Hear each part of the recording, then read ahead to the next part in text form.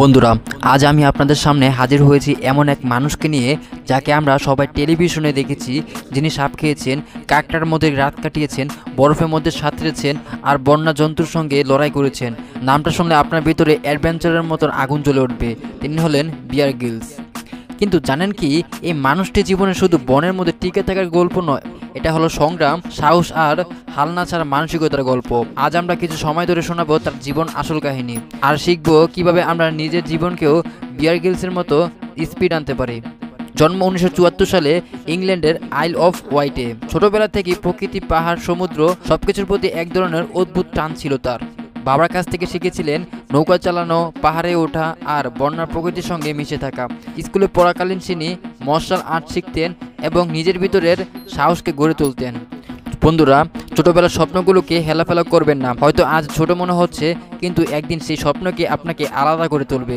পড়াশোনা শেষে BTS special ফোর্সে যোগ দেন। সেখানে তিনি কঠিনতম ট্রেনিং নেন, জঙ্গলে টিকে থাকা, শত্রুর হাত থেকে পালানো, বন্যা পরিবেশে বেঁচে থাকার কৌশল। 1996 সালে প্যারাশুট জাম্প করার সময় ভয়ঙ্কর দুর্ঘটনা ঘটে। প্রায় 16,000 ফুট উচ্চতা থেকে পড়ে গিয়ে মেরুদণ্ড ভেঙে যায়। ডাক্তাররা বলেছিলেন হয়তো তার আর কোনোদিন হাঁটতেই পারবেন না। জীবন যখন আপনাকে মাটিতে ফেলে দেয়, তখন দুইটা রাস্তা খোলা থাকে। একটা হলো হাল ছেড়ে দেওয়া, আরেকটা হলো উঠে দাঁড়িয়ে আবার লড়াই শুরু করা। বিয়ার গ্রিলস দ্বিতীয়টা বেছে নিয়েছিলেন। তিনি উঠে দাঁড়িয়ে আবার শুরু করলেন। 18 মাস বিছানায় কাটিয়েছিলেন। প্রতিদিন নিজেকে বলতেন, আমি হেরে যাব না, শক্তি ফিরে পেতেই হবে আমার। শক্তি ফিরে পেতে সে শুরু করেন ফিজিওথেরাপি, ছোট ছোট অনুশীলন, আর সেখান থেকে নতুন করে জীবন শুরু করে। কষ্ট যত বড় হোক না কেন বন্ধু, যদি আপনি প্রতিদিন একটুখানি করে এগিয়ে যান, তবে একদিন আপনার পাহাড়ও জয় হবে। দুর্ঘটনার মাত্র 2 বছর পরেই তিনি নিলেন বিশাল এক চ্যালেঞ্জ, বিশ্বের সর্বোচ্চ শৃঙ্গ মাউন্ট এভারেস্ট জয় করার। মাত্র 23 বছর বয়সে এভারেস্ট জয় করে ইতিহাস সৃষ্টি করেন। তিনি প্রমাণ করেন, মেরুদণ্ড ভাঙলেও যদি মনোবল অটুট থাকে, তবে মানুষ অসম্ভবকে সম্ভব করতে পারে। বন্ধুরা, এভারেস্টের চূড়া শুধু পাহাড়ে নয়, আমাদের জীবনও আছে। কারোর জন্য এটা পড়াশোনা সফলতা, কারোর জন্য চাকরি, কারোর জন্য ব্যবসা। যদি রিয়াল গ্রিলসের মতো হাল না ছাড়েন, তাহলে আপনিও নিজের এভারেস্ট জয় করতে পারেন। এভারেস্ট জয় করার পর তার প্রতি মিডিয়ার আগ্রহ বাড়তে থাকে। 2006 সালে ডিসকভার চ্যানেল তাকে অফার করে একটি অনুষ্ঠান, ম্যান ভার্সেস ওয়ার্ল্ড। এখানে তিনি দর্শকদের শিখিয়েছেন কিভাবে বন্য পরিবেশ টিকে থাকতে হয়।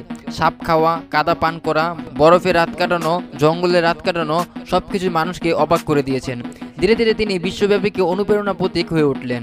আপনার প্রতিভা হয়তো এখন কেউ চিনছে না, কিন্তু যদি আপনি সেটাকে ধরে রাখেন, একদিন পুরো বিশ্ব তা চিনবে।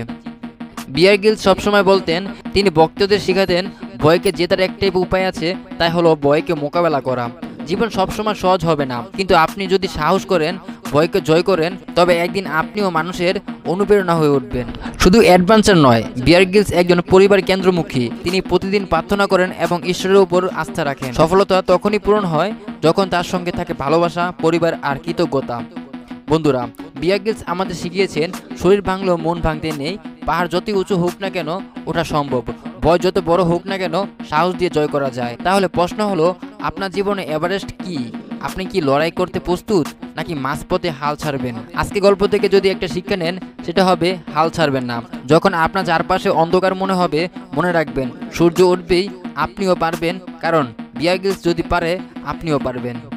আজকের গল্প থেকে একটা জিনিস শিক্ষা নেন, যেটা হবে হাল ছাড়বেন না। বলছি আবার, হাল ছাড়বেন না। যখন আপনার চারপাশে অন্ধকার মনে হবে, যখন মনে হবে সব শেষ, যখন মনে হবে আপনার কোনো পথ নেই, তখন মনে রাখবেন, সূর্য উঠবেই। রাত যত দীর্ঘ হোক, ভোর হবেই। অন্ধকার যত গভীর হোক, আলো আসবেই। দুঃখ যত বড় হোক, হাসি ফিরবেই। বন্ধুরা, আপনার ভিতরে আছে শক্তি, আছে সাহস, আছে আগুন, যেটা হয়তো আপনি নিজেও বিশ্বাস করতে পারেন না, কিন্তু সেটা আছে। বিয়ার গ্রিলস প্রমাণ করেছেন, শরীর ভাঙতে পারে কিন্তু মন ভাঙতে নেই। পাহাড় বিতর্ক হতে পারে কিন্তু ওঠা সম্ভব। ঝড় আসতে পারে কিন্তু দাঁড়িয়ে থাকা যায়। তিনি পারছেন কারণ তিনি হাল ছাড়েননি। তাহলে আপনি কেন পারবেন না? বলুন তো, আপনার স্বপ্ন কি মরে গেছে? আপনার এভারেস্ট কি অদম্য? আপনার ভিতরে কি শক্তি নেই? তাহলে দাঁড়িয়ে পড়ুন, পা বাড়ান, দৌড়ান, চিৎকার করে বলুন, আমি হাল ছাড়বো না, আমি হাল ছাড়বো না। ইতিহাস সাক্ষী, যারা হাল ছাড়েননি তারাই বদলে দিয়েছে পৃথিবী। টমাস এডিসন 1000 বার ব্যর্থ হয়েছেন, তবুও বাতি জ্বালিয়েছেন। নেলসন ম্যান্ডেলা 27 বছর কারাগারে থেকেও স্বাধীনতা এনেছেন। Bill Gates, Steve Jobs, Elon Musk কেউই একদিনে বড় হয়নি। তাদের সবার ভিতর ছিল সেই একই আগুন, সেটা হলো হাল না ছাড়ার আগুন। তাহলে শোনো, তুমি পারবে, তুমিই পারবে। কারণ বিয়ার গ্রিলস যদি পারেন, তুমিও পারবে।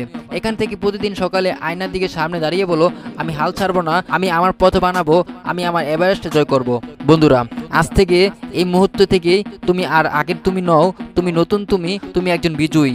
তুমি সেই মানুষ যে একদিন পৃথিবীকে অনুপ্রেরণা দিবে। তাই দাঁড়িয়ে পড়ো, উচ্চকণ্ঠ বলো আমার সঙ্গে, হাল ছাড়বো না, আমি পারবো, আমি জয়ী হব। তবে ভালো থাকবে। আসসালামু আলাইকুম, আল্লাহ হাফিজ।